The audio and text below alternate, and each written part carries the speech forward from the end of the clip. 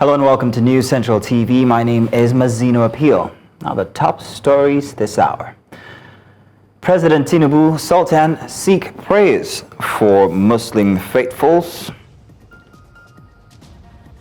And President Tinubu signs a 54.99 trillion naira 2025 budget into law. Also coming up, no end in sight for Ukraine-Russia conflict as Washington-Kiev deal stalls. Details coming up shortly. We begin the news with the twist in the ongoing feud between Senate President Godswill Akpabio and Senator Natasha Akpoti-Uduaghan as Unoma Akpabio, wife of the Senate President, files a lawsuit against Natasha. Now, Unoma Akpabio has filed two separate suits at the Federal Capital Territory High Court, Abuja, accusing Senator Akpoti-Uduaghan of defamation and violating her family's fundamental rights. The legal action follows Akpoti-Uduaghan's recent claims that her troubles in the Senate began after she allegedly rejected sexual advances from the Senate President. In the first suit, Unoma Akpabio alleged that the senator's statements caused her emotional trauma and left her and her children living in fear. She is demanding that the court declare the statement a violation of the dignity under the national, or rather Nigerian Constitution and the African Charter on Human and People's Rights. She's also seeking 250 billion naira in damages and a perpetual injunction preventing Akpoti-Uduaghan from making further allegations. In the second suit for defamation, Unoma Akpabio challenges Natasha Akpoti-Uduaghan's claim that her husband made inappropriate advances toward her. She described the allegation as false, malicious, and damaging, saying they have tarnished her family's reputation. As part of her demands, she is asking the court to order Akpoti-Uduaghan to issue a public apology in 2 national newspapers and pay an additional 1 billion naira in damages. The court is set to fix a date for the hearing of both cases. And staying with legal matters, the Ecowas Community Court of Justice has dismissed the case filed against the federal government of Nigeria over the 1996 assassination of Kudirat Abiola, wife of MKO Abiola, the winner of the June 12, 1993 presidential election. The suit was brought by Khalifa Abiola, Mariam Abiola, and Hadi Abiola, who urged that the Nigerian government failed to hold Kudirat's killers accountable, despite a commission of inquiry identifying a key suspect, Sergeant Barnabas Jibaila. In his ruling, Justice Edward Amoko Ashante stated that the applicants lacked the legal standing to sue, as they failed to establish a direct legal relationship with Kudirat or present a valid mandate to act on behalf of the estate. And away from that, President Bola Tinubu has signed the 2025 budget into law. Now, this concludes a process that has gone on for several weeks, from the submission of the budget as an appropriation bill to the National Assembly and subsequent defense of the proposed bill by the ministries and agencies before lawmakers. After the ceremony, which had some members of the federal cabinet and also the leadership of the National Assembly led by the President of the Senate and the Senate of the House of Representatives, the President said Nigeria has gone through its worst moments, as reforms and policies by the new administration are already yielding positive results. The day started with a visit by Super Bowl champion Moro Ojomo, who had visited the president in company of the chairman of the Nigerians in Diaspora Commission. Ojomo outlined his vision for Nigeria to the president, which was warmly welcomed. The NFL right now is the largest sport in America. It's not close. There's no competitors really. When you look at it from a money standpoint, from a viewership standpoint, from a passion standpoint. My idea is a facility that encompasses both things, where we have youth training to have the opportunity to be educated overseas, because high schools and colleges are very interested in finding talent wherever. And Nigeria didn't even go and look for the NFL. The NFL came and looked for Nigerians. Seeing you as a citizen from blood, yes, as a Nigerian, bringing back the memory of that Super Bowl finish, to carry Nigerian flag and all of that, is just of a tremendous impact on me. If you have any recommendation or pathway on what I could do to make it better or work faster, let me know. The big event of the day then commenced, which was the signing of the 2025 Appropriations Act into law. It has been a collaborative effort based on consultation, based on cooperation, and robust analysis. Your reforms are working. So when you came to the National Assembly with a very ambitious budget of 49.7 trillion, little did we know that working with your team, we'll find a way to discover other sources of bringing revenue in. And today, you are about to make history by signing the largest budget ever done in the history of Nigeria since independence, 54.7 trillion. President Bola Tinubu assured citizens that Nigeria's best days are ahead and is committed to ushering in that era. There are no dust in our faces and there are no tears in our cheeks. We work together as brothers and sisters, collaborate with Nigerians. After the initial turbulence, and the takeoff was very, very cloudy and uncertain. Today, we see a light at the end of the tunnel. With the budget now signed, activities for the 2025 fiscal year can now commence immediately. In Abuja for News Central, I am Amadin Uhi. We'll now go on a very short break. When we get back, more from the East on a court verdict in Rivers State. Welcome back. Now, still on legal matters. Now, reactions have continued to trail the Supreme Court's judgment on Rivers Assembly crisis. Now, let's start with the Rivers State government acknowledging reports of the judgment regarding the state's funds and local government administrations. While awaiting a detailed briefing on the implications of the ruling, the government has assured citizens that it will carefully evaluate the situation and take necessary steps to protect the state's interest and uphold the rule of law.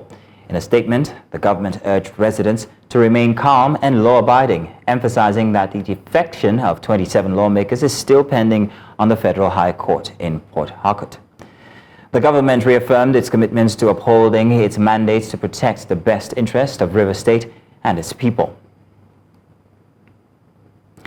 Meanwhile, former governor of Rivers State and minister of the Federal Capital Territory, Nyesom Wike, has commended the Supreme Court judgment, saying it reaffirmed the supremacy of the law. To make laws for the entire state is unheard of. It has nothing to do with any individual, whether you like this person's face or not. But it is what is important that can 3 people make law for a state, not to even talk about appropriation. The Federal High Court said, you can't do this. You cannot do it, and therefore set aside everything they've done. 3 people who screen commissioners, 3 people with all kinds of things. A governor will go and bring down the House of Legislature and will do as if nothing has happened. The arm of government, independent arm of government. And people pretend as if nothing has gone wrong. And you're talking about wiki. It's not about wiki. It's not about me. What we're saying is, can you, for whatever it is, go and demolish the building of another arm of government? No consequences. Our Rivers State's governance structure has been thrown in disarray after the Supreme Court nullified the elections of 23 local government chairmen. This ruling, combined with a previous one withholding federal allocations, has sparked concerns among residents who fear they will bear the brunt of protracted litigations. The state's political instability may scare away investors, undermining the economy. In the midst of all this, the Rivers State House of Assembly has held an emergency sitting to address the situation, with many believing the Supreme Court's decision is not in the best interest of the people. It's a dark day in Rivers State, because I do not understand the reason why the Supreme Court of Nigeria want to stiff a state from receiving allocation. So I don't know how they are asking the governor to survive the state. People are tied to the state governor in salary, in health, in capital development. So where do we go from here? I don't know whether in Rivers State, whether there are two constitutions that is operating. There is one that is always different when it comes to issue of Rivers State. It's discouraging, so we don't know who to follow. But we still believe our governor that he must find a way to this, because we love him and we want to stand by him. The courts, the learned men who are there, they know what it is. Present your matter, this one present their matter, they look at it and they will give the verdict. So today they have given verdict that the governor is not doing well. So we all believe in the rule of law. The system of government in Nigeria, they no make am to favor poor man, to favor ordinary man. Within they fight, all of them they fight for their pocket. All of them they fight for their family. All the shaku now for them, now for their own good. They say judiciary is the last hope of common man. Who is the common man that will go to judiciary now to protest against the common right? No way. When the justice in the judiciary are wrong. The leader we are having today, they are not the leader. Rather, they are working for the devil, the infinite spirit. They are not working for the light. They are the evil. They want to collapse this country. We want to say that this whole judgment is anti-Rivers State and anti-Rivers people. We will not want anything that will cripple the economy of these states. The investors will be so scared of investing their money in the states, because right now we don't know where we are. We cannot fathom how the Supreme Court would want to stop allocation that is coming to Rivers States. Recall that Rivers States is the gold that lays the golden egg. The monies that feeds the other parts of the country comes from Rivers States. And I do not know how stakeholders will be able to manage and live with the fact that monies meant for Rivers State is being withheld on the auspices of Supreme Court order. This is rather sad, and it shows that our country, we are still underdeveloped. The Supreme Court has ordered that the revenue accruing to the state should be withheld. Honorable members, this is a victory for democracy. It's a victory for the rule of law. And this goes to show that indeed. Now, for more on the Supreme Court's judgments, I have the State Commissioner for Information, Mr. Joe Johnson, standing by. He joins me from Rivers State. Mr. Joe Johnson, you're welcome. Thank you very much for joining us, sir. Now, Mr. Joe Johnson, if you're still there, first of all, you're welcome, sir. First of all, sir, what is the general attitude of the state government towards the recent judgment, if you would please tell us? Mr. Joe Johnson, I'm hoping you can hear us, Mr. Joe Johnson. Unfortunately, it would seem that we're having connection problems with Mr. Joe Johnson. Hopefully, we'll be able to connect with him. So we move on now to joining me now would be our News Central correspondent, Biola Festus, who has been on the streets of Port Harcourt. Hello, Biola. Good afternoon. Thank you very much for joining us for the news. So far, great. So far, please, if you tell us what the observations have been so far. There's been a sort of political fiesta in Rivers State since the Supreme Court's ruling yesterday. We were on the street to get the pulse of the people. And what they are saying is they are very much particular about the funds that has been withheld from Rivers State.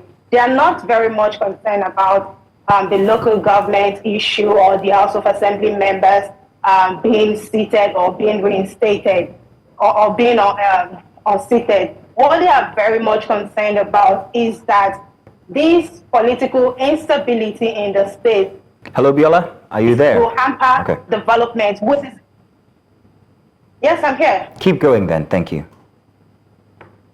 You would recall that this is the second time in 4 months that the Supreme Court is ordering that allocations according to Rivers State will be withheld. After the 2024 local government election, which held in October, on the 5th of October, the Supreme Court has also ordered that the CBN withholds allocations from Rivers State. So from then till now, it's about 4 months. So the people are in a sort of confusion. They don't even know what to expect next.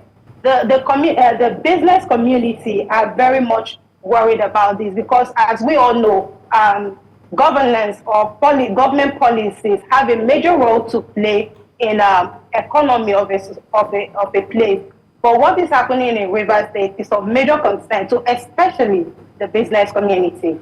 Okay, so Biola, you talked about hitting the streets and testing the pulse of the people. Obviously, they would not be concerned regarding the legislation or all of that. To them, it's how it affects them. So how exactly with this withholding of the allocations, how is it affecting the people of Rivers State tangibly? Okay, their cries are majorly linked to the fact that civil servants will be greatly affected. And we have majority of civil servants in Rivers State.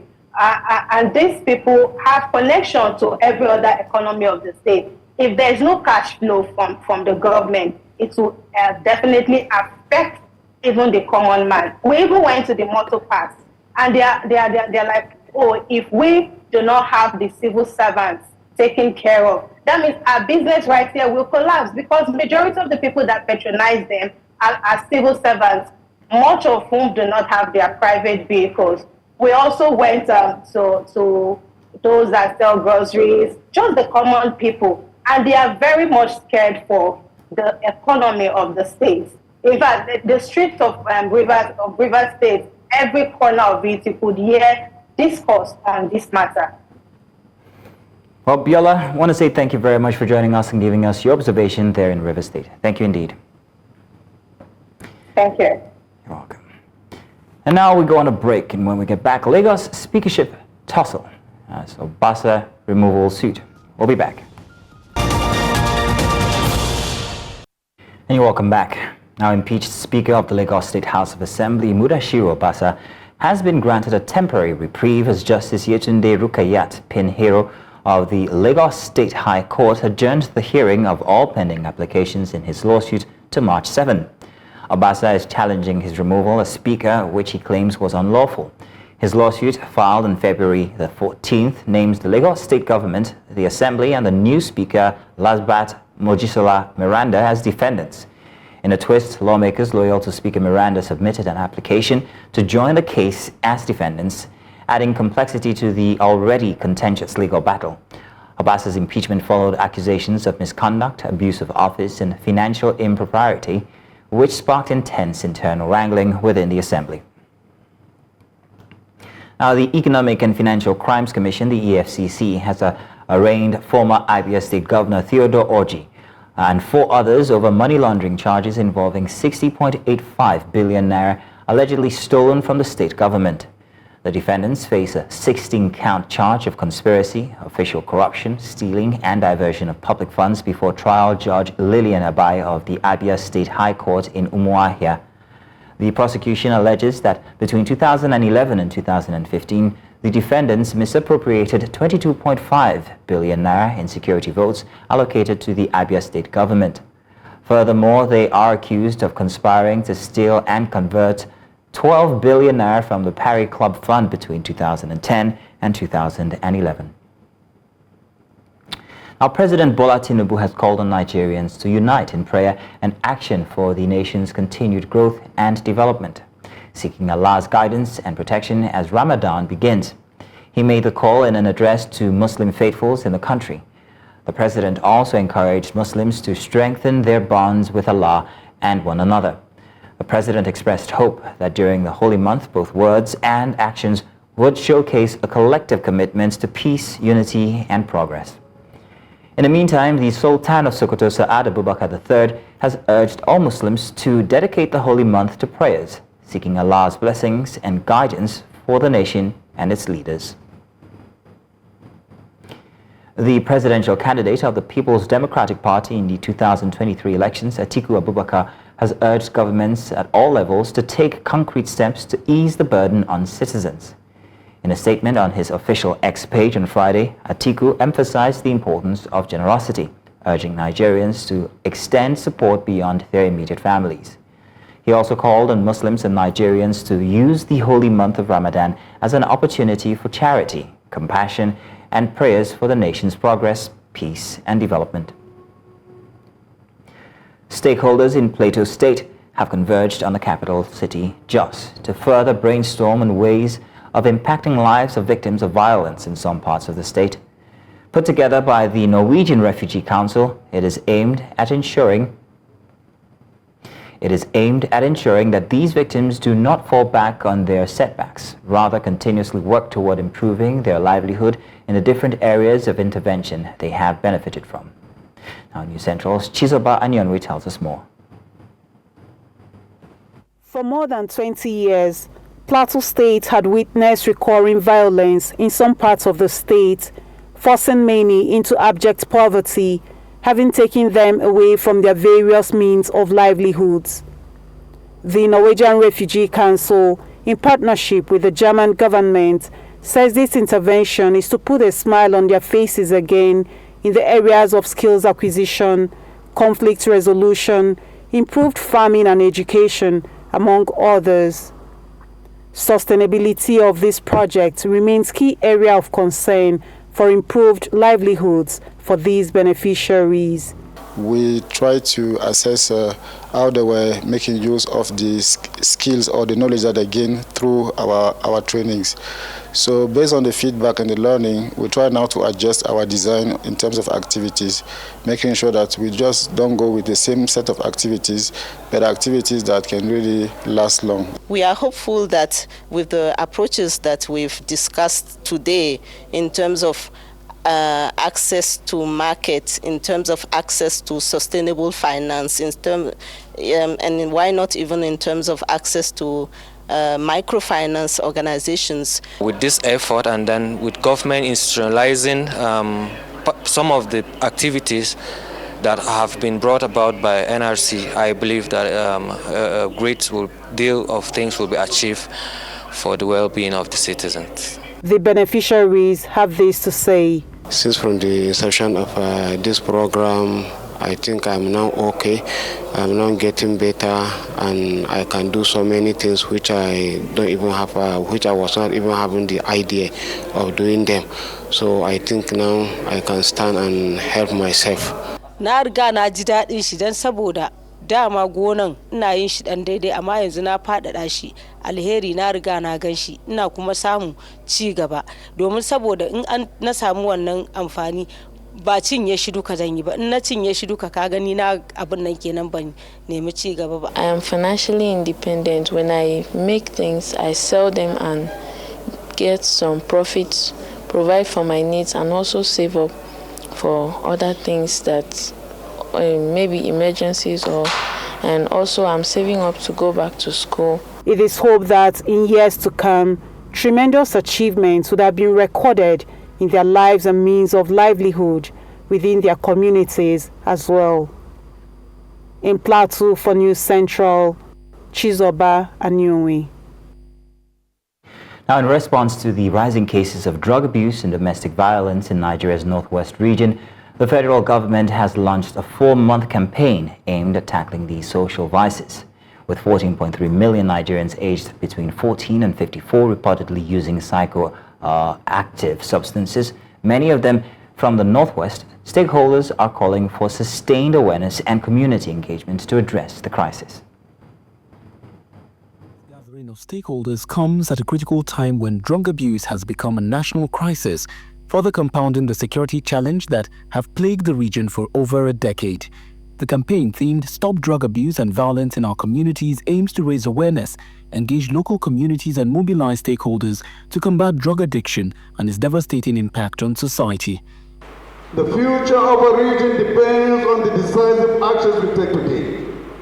Let us unite our efforts to protect our youth from the destructive allure of drugs and uphold the rights and dignities of every Nigerian. The Northwest, like other regions of Nigeria, has seen a surge in drug-related crimes, addiction, and social decay. Drug abuse is not only a law enforcement issue. It is a public health crisis, a social problem, and an economic burden.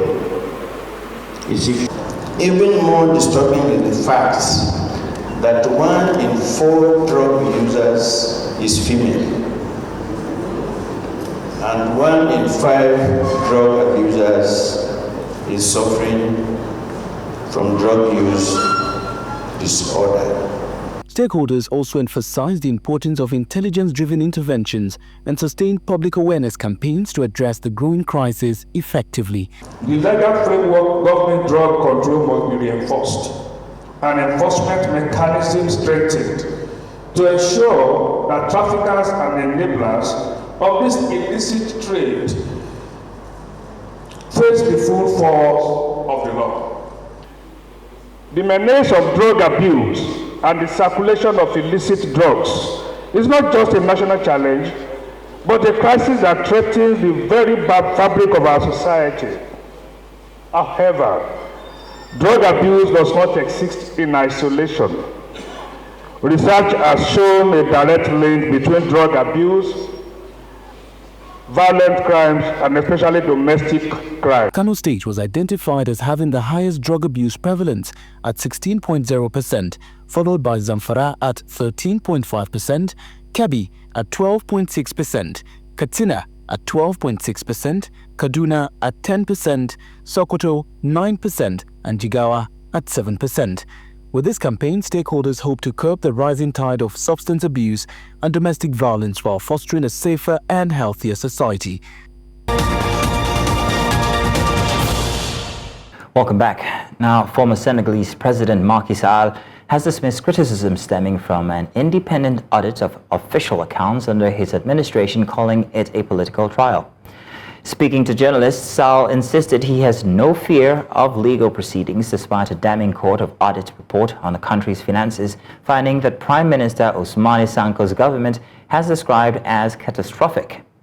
On February 13, the Sonko-led administration announced possible legal action against those implicated in serious failings after the report revealed mismanagement and potential criminal offenses. The audit invalidated official figures from Sall's tenure, revising public debt to 99.67% of GDP, far higher than previously reported, and recalculating the 2023 budget deficit at 12.3%, up from the stated 4.9%. And South Africa's Finance Minister Enoch Godongwana has warned that any tariffs imposed by the United States and African countries would have a devastating economic impact. Speaking in Cape Town at the conclusion of a 2-day meeting of finance ministers and central bank governors from the world's leading economies, Godongwana expressed deep concern over the potential effects of such tariffs. He emphasized that in the current fiscal environment, the possibility of the U.S. imposing trade restrictions on South African exports poses a serious economic threat. The minister's remarks come amid growing uncertainty over global trade relations, with analysts warning that increased tariffs could further strain economic stability in South Africa and across the continent. Imposed by the USA on any of the African countries would have devastating effects. It should be of concern, but it was not discussed.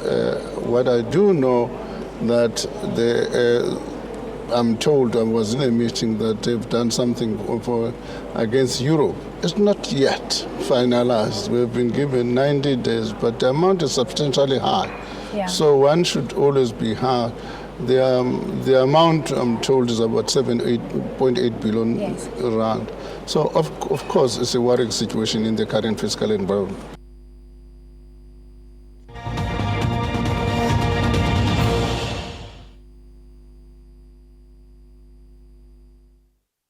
Now, there's no end in sight for Ukraine-Russia. I beg your pardon. Now, Ukrainian President Volodymyr Zelensky believes U.S.-Ukraine relations can still be salvaged despite a fiery clash with President Donald Trump at the White House. Zelensky said the issue is about the relationship between nations, not just the two leaders. Meanwhile, Trump accused the visiting Ukrainian leader of overplaying his hand during their extraordinary Oval Office confrontation. He maintained that he wants a ceasefire. The heated exchange between Trump and Zelensky unfolded as efforts to broker an end to the war with Russia remained deadlocked.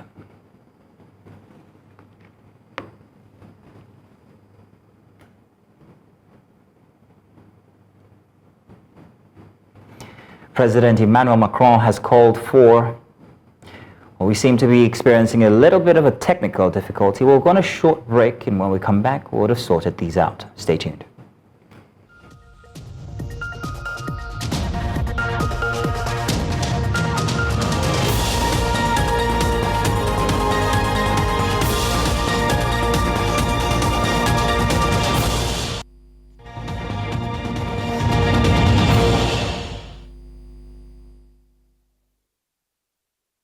And you're welcome back. Now, in recent times, Nigeria has faced a significant economic challenge marked by soaring inflation rates.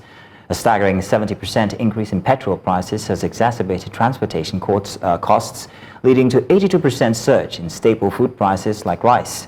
Now, this situation has intensified period poverty, with sanitary pad prices rising 144%, highlighting the urgent need for effective policy interventions to stabilize the economy. Now, Stanley Ikechukwu, head of operations SBM Intelligence, shared his thoughts on the new base year used by the NBS for the rebased GDP and inflation report on Business Edge. The NBS, on their own part, collects a range of household items, year on year, and do comparative, measuring analysis on it over time. But the rebase that happened, the base year was 2023, and it saw after the whole rebasing, the inflation rate dropped by almost 10%. But the question we should be asking is, when you take CPI that you use in doing this measurement, what is the real price of things in the market? As the prices of those commodities, those household items, has it also dropped? No, and the answer is no. Some of these products are still increasing, the prices are still soaring and going very high, and a lot of Nigerians cannot afford it. The reason why a lot of Nigerians are actually complaining or have another view about the drop, but without having to see the reflection in their everyday life, is that the prices still remains the same, but inflation has dropped. So the calculation somewhere, I think we need more explanation.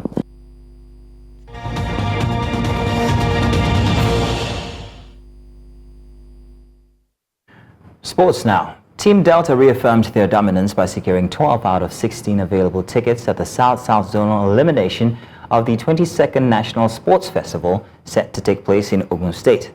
The competition held in Benin City saw Delta excel in football, basketball, handball, volleyball, hockey, cricket, and Abula. Edo State followed with 8 qualifications. Rivers claimed 7, Bayelsa secured 6, while Akwa Ibom managed just 1. Cross River did not participate. Delta State Sports Commission Chairman Onoriode Obewori praised the athletes and emphasized the need for early preparations to retain their national title. With their strong showing, Team Delta is poised to dominate the upcoming festival once again. Go Delta. Now, the National Sports Commission has inaugurated the board of the Esports Federation of Nigeria, marking a significant step in the country's esport developments. Now, the event took place on Friday at the Moshood Abiola National Stadium, Abuja. NSC Chairman Shehu Diko emphasized the federation's goal to compete globally while engaging young Nigerians in the growing esport industry, or rather esport industry. Bukola Olakbade highlighted esports potential to energize youth, with stakeholders estimating its reach at 46 million people in Nigeria.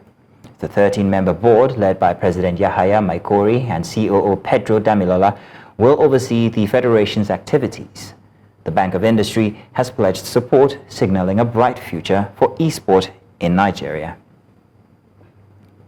And Côte d'Ivoire's Young Elephants avenged their earlier loss to Nigeria's Flying Eagles with a 2-0 victory in their second international friendly in Abidjan on Friday.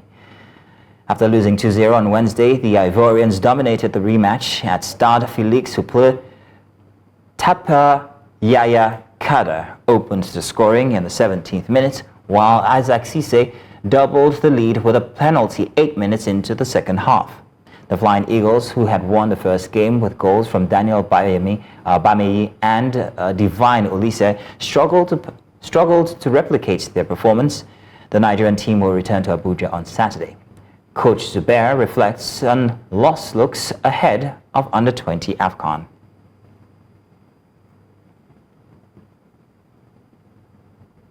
We have prepared. We really want to assess most of the players, number one. Number two, our tactical approach to matches that we are trying to put in place, that we are likely to go and adapt during nation AFCON. And that's all this hour. But before we go, let's take another look at some of the major stories brought your way.